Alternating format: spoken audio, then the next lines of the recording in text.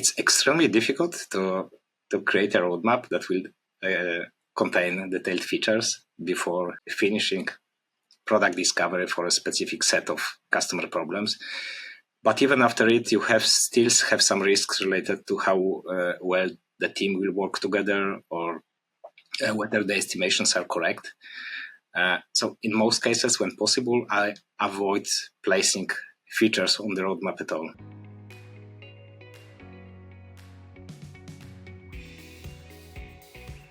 Welcome to Talking Roadmaps, the channel where we talk about everything roadmapping, the good, the bad, and the ugly. Today I'm joined by Paweł. Paweł, introduce yourself. I'm Pawel Huryn. I'm working as a senior product manager. So this is my full-time job. And apart from the full-time job, I have a Product Compass newsletter with 57,000 of subscribers right now. I'm also posting and blogging and talking at the conferences. So you may know me from social media and other places. Yeah, and there's that 57,000 on the newsletter and the 157,000 followers on LinkedIn. There's probably a lot of people who've heard your voice or read your writing before, I'm sure. If you're enjoying the channel, subscribe, hit the bell, and give us a like. Paweł, I'm going to start you off with hopefully a nice and easy one. What's the purpose of a roadmap? When people talk about roadmaps, from my perspective, they often miss that this is not the first step, that it's not something that you should start with. For me, the goal of the roadmap is to communicate the strategic context so that everyone is aligned on what they can expect and what outcomes are going to be achieved in the future. There are certain elements like dates that are often quite controversial for product managers, but I think it's worth emphasizing that the goal of the roadmap is not to plan the features on the timeline. It has a totally different purpose. To explain what a roadmap is, you really need to start with strategy, with the vision, with team objectives, and only then you can dive into how to create a roadmap and how to communicate what are you going to do. And that's a perfect segue to a question of how does the roadmap then relate to the strategy, objectives, the bigger picture? I think we should start from the top. So at the top, you have a vision, which is like aspiration for your team, and what are you trying to achieve, why it is important, and how you imagine yourself in a few years, and also how it will influence customers, what value you will create for the customers. After setting a strategy, product leadership works on a product strategy, which is I like the saying of Roger Martin, who defines it as an integrated set of choices that reinforce each other. So those are the choices about the market, about the value proposition, about how you are going to grow, about market segments that you will target as first. Also choices about the things that you want to do. So those are trade-offs, because strategy is also about enabling focus on what matters and what doesn't matter, and how you will compete on the market, how you will be better or how you will be unique so that others can't easily copy your strategy. If I remember rightly, Roger Martin, that's playing to win. So it's how to win and what you need. Those are the 5 elements. I also created a product strategy canvas, which a lot of people use, but it is highly inspired by the work of Roger Martin. And so we're taking this strategy and we're boiling it down to a way that we can set direction. So how do we kind of go from those choices and turn it into a roadmap then? The choices that you make on a strategic level, high-level choices, and you can't place those on the roadmap, but the output of strategy are objectives for the teams. So this is what Marty Kagan defines even in his last book, Transformed, as team objectives. And team objective is a specific problem. So let's say on a strategic level, you know that you want to address, for example, people who care about watching videos online, and they really care about watching series and not sport events or other kinds of activities. And on a team objective level, you need to define a specific problem that you want to solve, and a set of how you will measure the outcomes. My favorite approach is using objective key results. So objective key results is about setting meaningful objectives, meaningful, inspiring, emotional objectives, and a set of metrics that explain you how you will know that you achieved this, solved this problem or achieved this objective. And with those objectives, we can start working on the roadmap. So those objectives, those team objectives, are related either to customer problems or problems for the business. Teresa Torres calls them product outcomes, and she argues that product outcomes are always related to changes in human behavior. This is, by the way, highly influenced by Joshua Seiden. But I think that we shouldn't be. I struggled with Teresa's definition several times, so I would argue that you should just define it as a problem to solve, a set of metrics, a set of key results that will tell you how you will, whether you have solved this problem. And then you start, if this is an existing product, you start continuous product discovery. You may identify more detailed opportunities. So those are needs, those are jobs, those are some gains that you will create for the customer that will, when solved, will drive this expected product outcome or this team objective. And those objectives can be placed on the roadmap. So on the roadmap, from my perspective, you place either your team objectives or you can place specific customer outcomes. So the things that you will do for your customers related to the objective that you got from leadership. Yeah, funny enough, so I often talk about you have those product level outcomes that might be a change of customer behavior, it's moving the needle somehow. And then you've got the, I think as Teresa would call them, the opportunities that kind of might be the things that move it. I often get into and talk about user outcomes there, maybe going into which more comes from the jobs to be done kind of thought process of, or pains and gains, needs we're going to address. Those are the things that I can start to think about prioritizing and sequencing, because that's how I'm going to change the customer's world that then hopefully drive those bigger level business metrics. The important thing about those customer outcomes, and of course those outcomes in most cases cannot be achieved with creating something like a feature. But the point is that when starting product discovery, you do not know, you do not have ideas, you do not have, you need to, so first you need to discover those customer problems that when solved will drive the expected outcome. You need to think about ideas on how to solve those problems, and you need to validate those ideas, test those ideas by experimenting. And this happens before implementation. So it's extremely difficult to create a roadmap that will contain detailed features before finishing product discovery for a specific set of customer problems. But even after it, you still have some risks related to how well the team will work together, or whether the estimations are correct.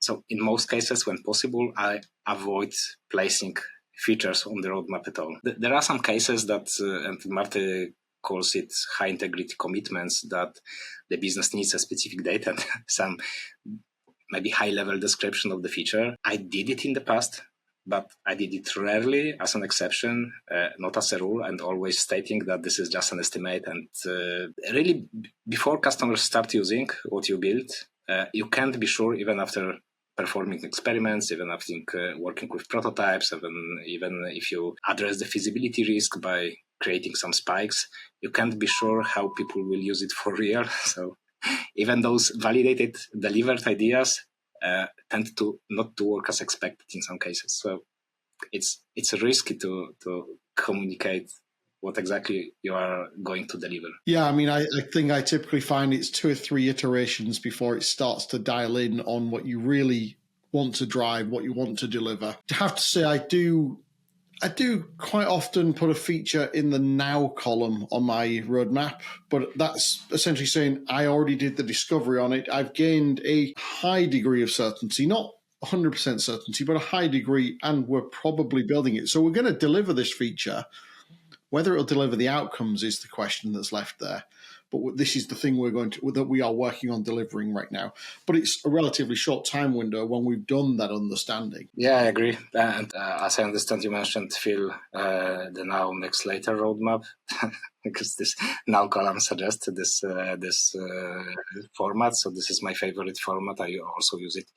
For me now, it's like the current month. So I know that some use the current quarter, next quarter, and everything else. But for me, it's up to 4 weeks. This is now, and this means that we are currently building it. We gained enough confidence, and we know that it will be released. We estimate what the outcome might be, but we will measure it after releasing it. Yeah, and I think I even take away is it 1 month, is it 2 months?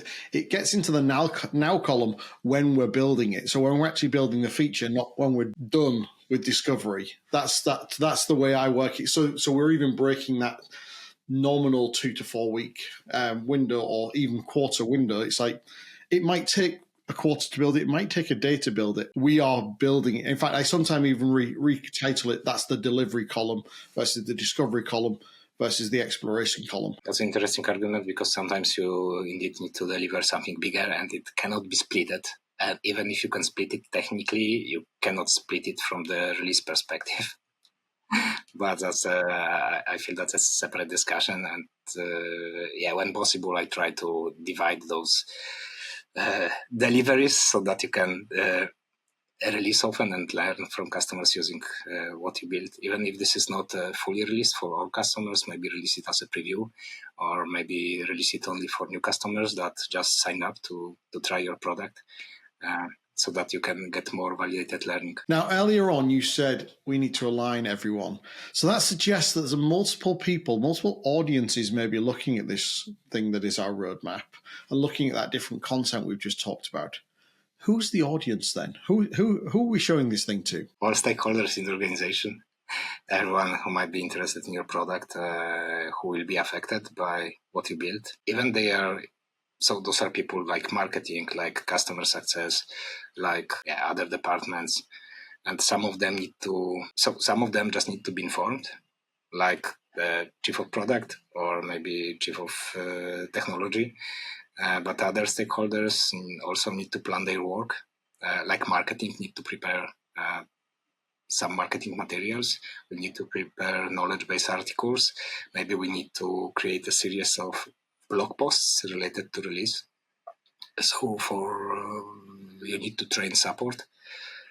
So for all those other people, it's not just about informing them what a specific team or a product team as a whole is working on, but also it allows them to plan their work. And so they're all looking at the same artifact. Does it look the same to them all? Has it got the same information onto them? So it depends, and many teams do it differently.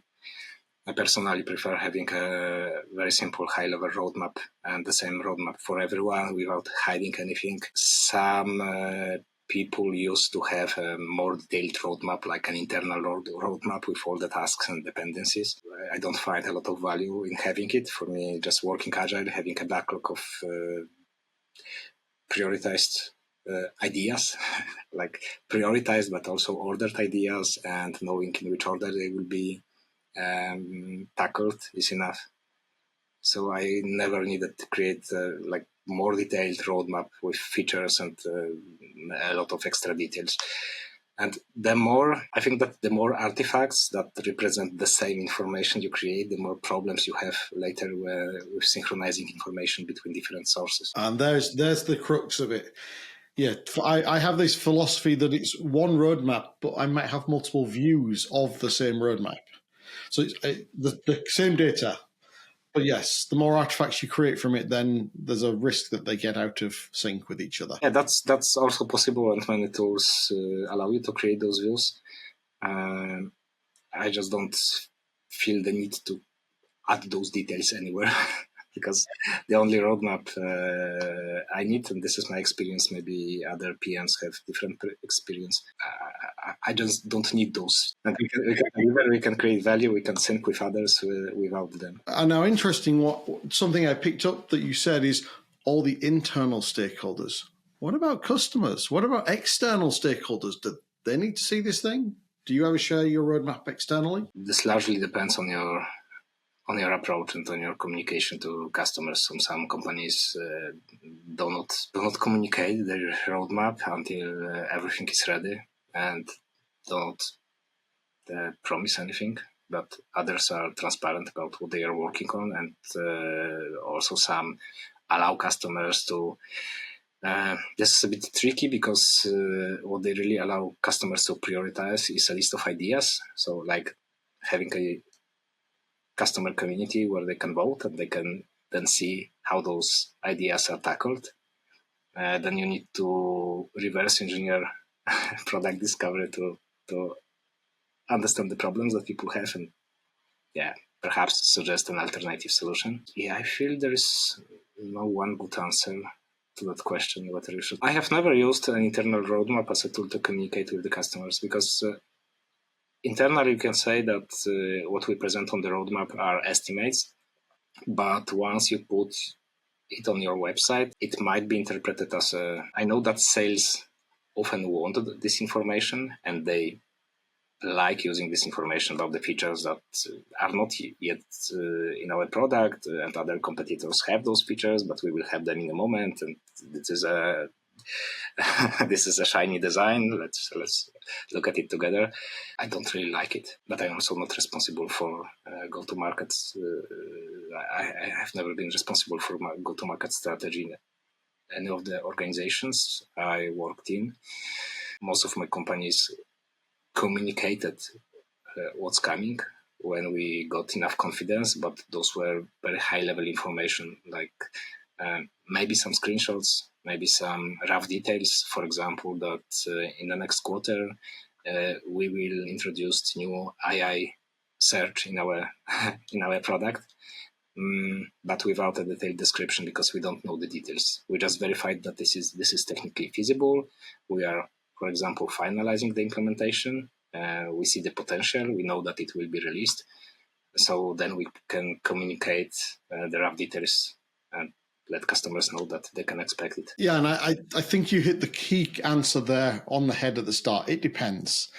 So I spent much of my career in B2B, and that kind of sharing of the direction with large enterprise customers was often a key part of the sales process. But it's a different thing that I'm showing to them versus what I'm showing internally because of the level of commitment, the level of granularity, etc. Ultimately, it's a communication tool, right? And you said communication and alignment, and depending on which audience we're talking to, what we might share with them. It's communication alignment. At the same time, if you use roadmaps with methods like objective key results, also you have objective key results that should be aligned with each other. And during the, for example, quarterly planning, you align those objectives with the objectives that are the most important for the company for the upcoming quarter.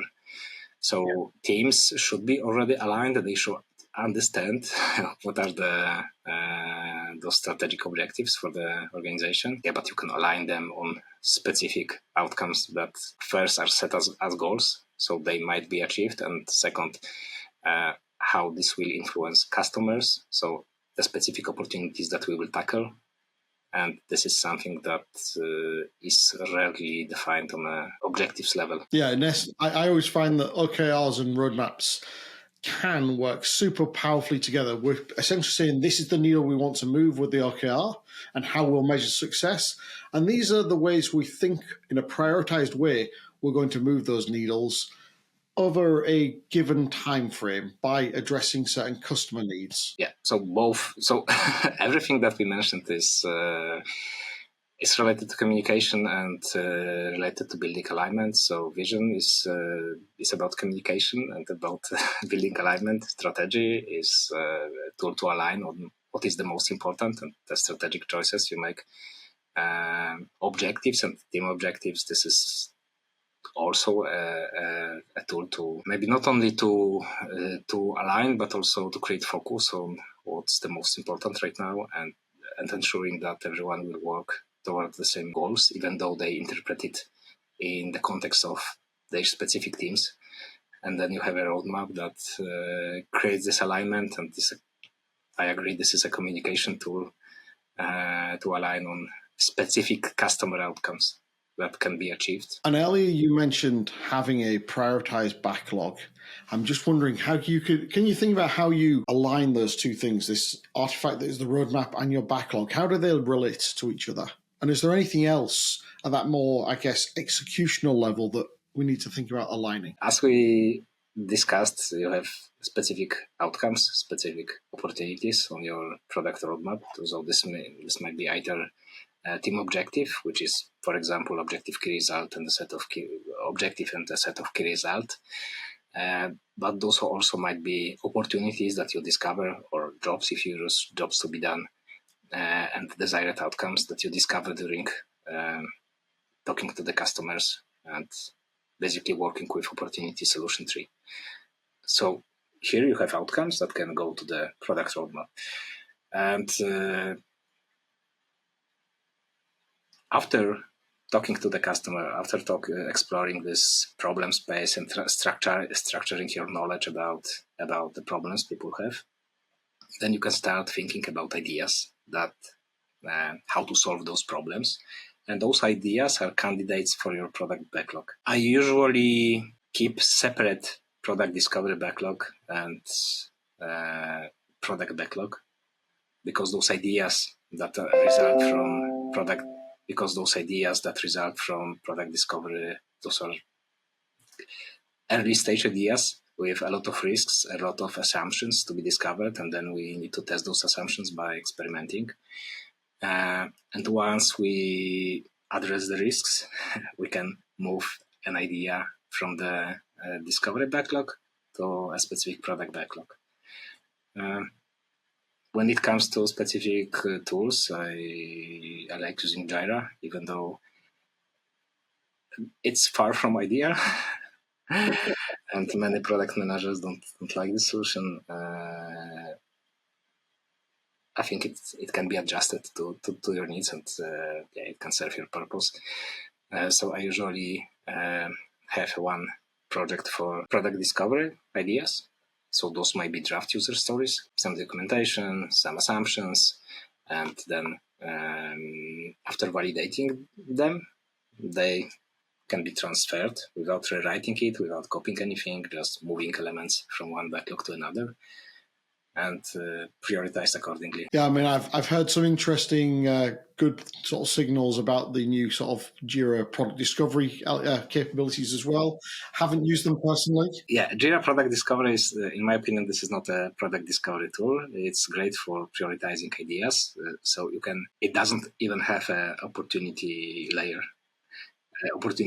So this is just a list of ideas that can be prioritized according to the ICE scoring, but probably you can also implement your own scoring system. And then you can connect it to specific Jira tickets. But what I'm missing in Jira product discovery is this starting with opportunities, starting with customer problems, not starting with ideas. Even though sometimes you can start, I would argue that sometimes you can start with an idea, but this shouldn't be a rule. This is more an exception. If you review the Double Diamond by Design Council, they also suggest that this first diamond, which is related to exploring the problem space, is optional, but they highly recommend it. But if you have an idea and you can validate the risks related to value, usability, feasibility, viability, and ethic, and make sure that it creates value for the business, it creates value for the customers, we can implement it. This means that it solves an important problem, right? But just starting from ideas by default, it doesn't seem a good approach to me. I get the impression that Atlassian just addressed the needs of many organizations in which stakeholders have some ideas and then want to throw them to the teams, and then we can prioritize those ideas and go to implementation. But the risk is that talking to customers and exploring, trying to understand the problems will be skipped. So I totally agree. I mean, sometimes the idea or the solution is something you just have to work with. Like there are industry standards, there are the regulations, etc. sometimes it's the right thing, but sometimes it's just the starting point of understanding the problem. So you have to go backwards before you can go forwards. Quite often, I find. You arguably do not have always to sometimes the problems are obvious, like customer wants to have a document and want to download this document as PDF. So then you can start thinking you do not need to, and you know that 50 customers requested it. So you do not necessarily need to perform 20 interviews to understand what is the problem. You can take that request and just start thinking about different variants to convert the document to PDF. This is quite obvious, but not all problems that you solve are obvious. And even those obvious problems sometimes seem obvious, but after digging deeper, they are not. Even one that simple, right? It could be, okay, we need a PDF. Now we've got to go and do some discovery. We've got to do the feasibility work and the usability work. We know that the value's there. We still don't know because we know that's the needed outcome. But maybe we've also got to consider the viability. Can we do it economically? So there's still some discovery, some de-risking to work through. Yeah, that's the second part, discovering the solution space and validating your assumptions. One of those assumptions is the feasibility assumption. Although I have to say, sometimes I've found that doing some of the feasibility work earlier, it can also be super important. I personally wasted a lot of money on products where we knew the value quite clearly from day one, and we skipped the feasibility element. We just thought we can solve this, and then found later on we couldn't. So I sometimes advocate pulling feasibility further forwards in the discovery process. Just to understand, you suggest, Phil, not starting with feasibility, right? Or starting with feasibility? I'm suggesting figuring out what's the highest risk in fulfilling the need for that customer, which sometimes is feasibility, sometimes is viability, sometimes is value, and sometimes is usability. Yeah, I agree. So it all depends on the technology that you use and how long you work with this technology. So if you are building something with artificial intelligence, maybe starting with feasibility is and making sure that this can be done at all is the right idea. But if you work on a product and the technology has not changed for many years, and you are just going to build another form similar to other forms, then maybe feasibility doesn't need to be considered at all. And there, what we've got is a proxy for risk, or for that feasibility, how high that risk is, of how long we've been working this space. But sometimes you can get tricked. I'll give you an example. I was working on a product several years ago, and we thought that the data set we had in our product and how we could utilize it from historical use that we've been using for 10, 15 years was our unfair advantage, our kind of USP. It turned out we could deliver it at the scale we've been delivering it previously, but delivering it at the scale that was 10 to 100x larger, we couldn't. And that if we'd have done that feasibility work, we'd have known, because the value was quite clear with this scenario, but the feasibility was what killed us. And so I know that I should have pulled that forwards. This is one of my learnings of thinking about largest risk first over which is the classic order, because I went for the classic order of de-risking. Yeah, I like how many times Phil used the risk word, because in the past, in my posts also, I have repeatedly argued that product management is at its heart about managing risk and making sure those risks are addressed before the implementation. So like in any risk management technique, you tackle the risks that are the highest first. Yeah, I've even contemplated taking tools from my old engineering world, like FMEAs, and thinking, can I apply this as a methodology on product risk? Haven't gone there yet, but it's one of those experiments I want to play with at some point. Yeah, that might be interesting. I like to think about... I'm not sure I should tell it, but say this, but I really like to think what can go wrong when working on a product. And rather than on how to succeed, I focus much more on everything that can go not as planned. And because if you tackle the risks, the success often kind of takes care of itself in many situations. So yeah, I first focus on the risks and things that can go wrong, and only later I think about how to succeed. And that, I mean, I've more commonly hitting the concept of the pre-mortem for that exact reason. It's like, pretend you've just launched your product and it's all gone wrong before we even start.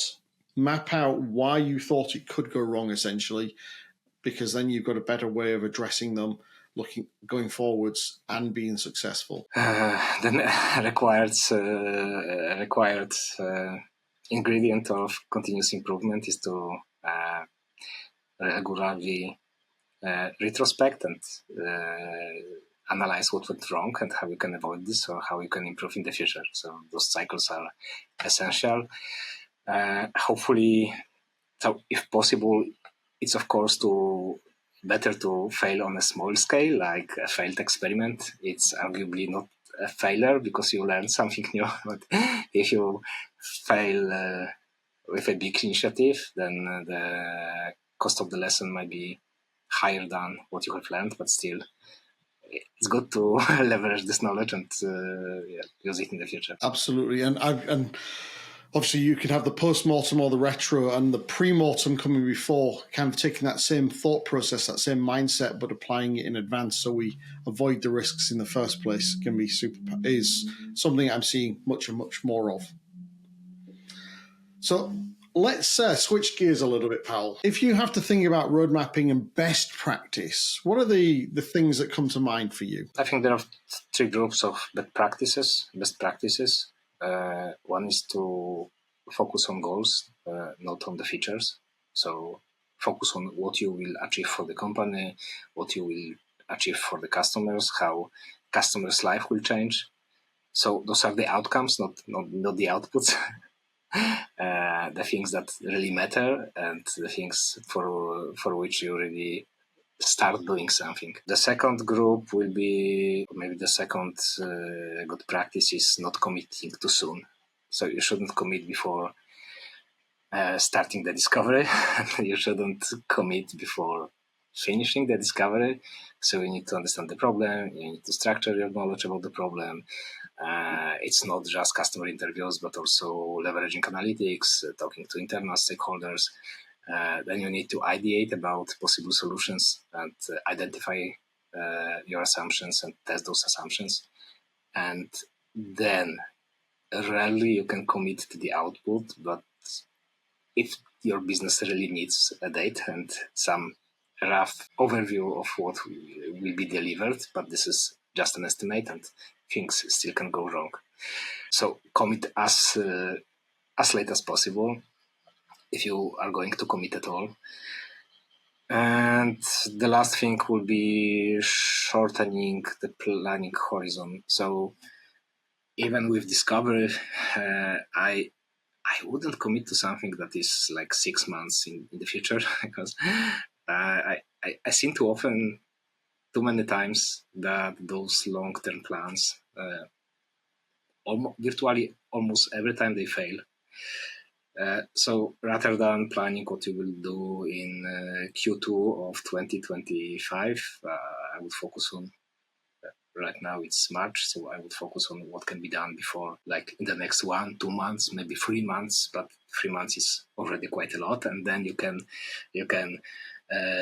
blur your planning a little bit, like those are the things we know that we are going to do next or in the future, but we cannot precise when exactly, and the order in which we think we may tackle them can change, and some of them might not be tackled at all because the priorities might change, the business environment might change, something on the market might be different. It's hard to say. So shortening the planning horizon is essential. Not sure I absolutely agree with the last one in certain contexts, but I can see in many contexts it's the right thing to do. Yeah, like for every rule, every good practice, there are you can find an example when this rule doesn't apply. So yeah, I try to avoid saying always and never in product management. So there's always an exception. So we always like to ask people about advice and resources and so on. Now I can see an interesting looking bookshelf behind you there, Paweł. maybe not a directly road mapping related book, but is there something that you would recommend all product managers go and read and are inspired by? Most of the books you see behind me are good books. And in my newsletter, productcompass.pm, in the resources section, you can find links to all books categorized by seniority level, categorized by product area, like product discovery, leadership, strategy, and so on. When it comes to maybe some best books that I can recommend for a product manager that starts their career, it would be Inspired, which tackles product discovery. Yeah, because product discovery is the most critical area for a product manager of an existing product. So how to work together with designers and engineers, how to tackle the risks, how teams are start with team objectives.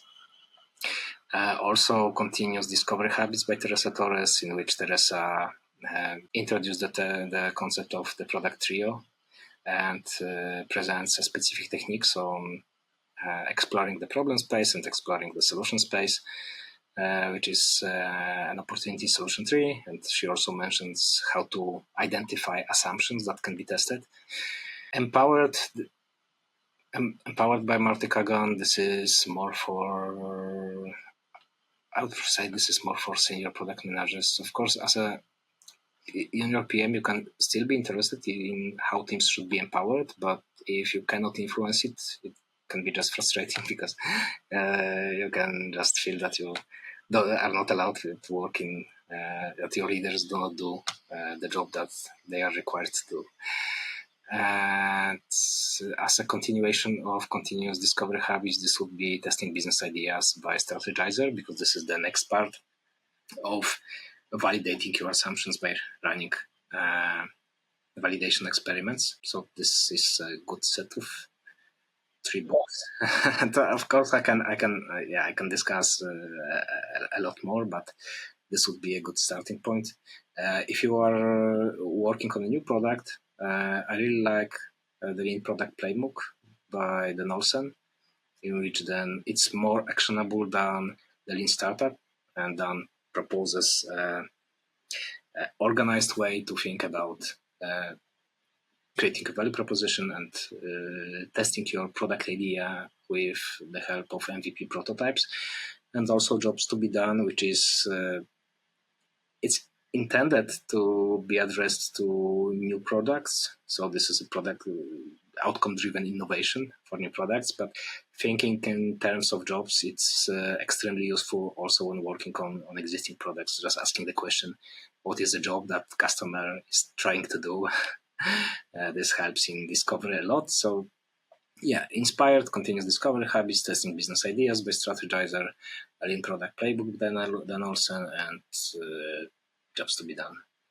This is a good starting point for product manager. Well, Marty's a previous guest, Teresa's a previous guest, David Bland's a previous guest, Dan's a previous guest, and Bob Mester's a previous guest. So I think we've got a great, I love that kind of space in terms of... if I can use opportunity, because Marty was my guest like a month ago, and we discussed his book Transform. So I do not have my own book, but if I can recommend a great book which summarizes the principles of product model, the model in which the best product organizations work.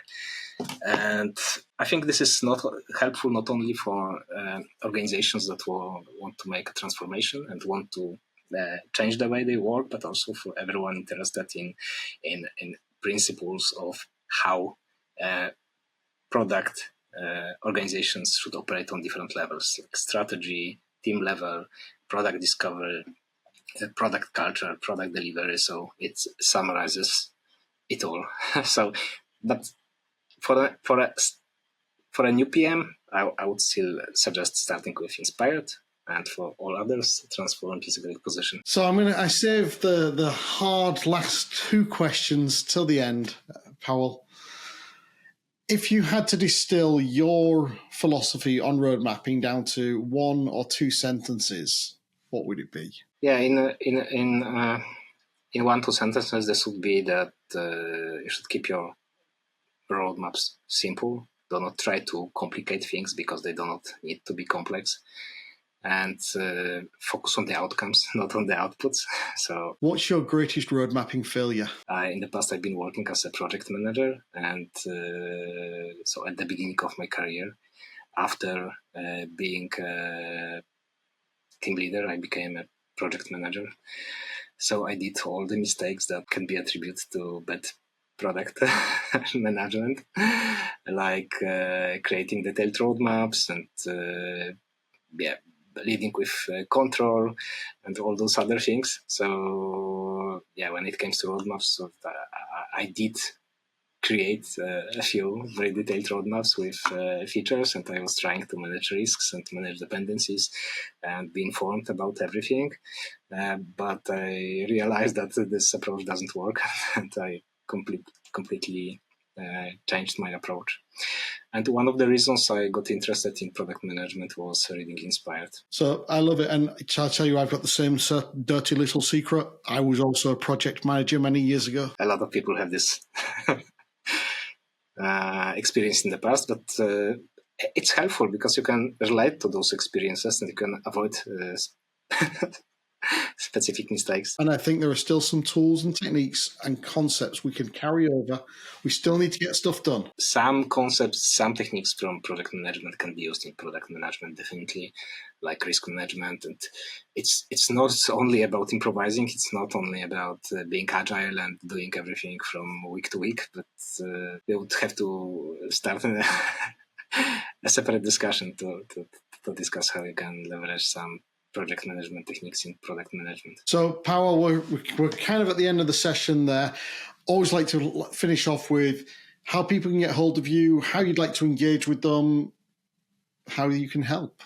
Fire away. Yeah, so people can find me on LinkedIn. I post 2-3 times a week, less rarely than before, but I started caring more about posting unique content. I also have a newsletter, the Product Compass, on Substack. It's in the top 20 technological newsletters globally. Currently 57,000 of subscribers who read my posts every week. I think the newsletter is the best point to start. A lot of articles are free, a lot of resources like product management templates, recommended books, recommended videos, free courses, or special discounts I got just for my community. This is a lot of things are available without a paywall. Of course, there is also a paywall layer with some deeper insights, and my premium subscribers can also access continuous product discovery course. This is my product discovery course, in which I explain how to combine the best product discovery techniques. So this is continuous discovery habits by Teresa Torres, an approach of Dan Olsen to prioritizing opportunities by importance and satisfaction. And I also combined it with strategized learning and testing cards so that you can plan experiments and you can document your learning.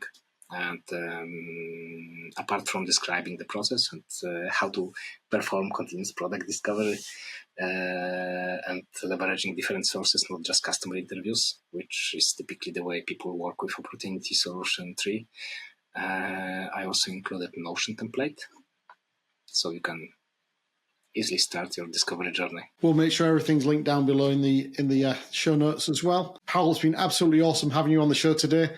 Thanks very much for your time. Thanks for having me. It was a pleasure.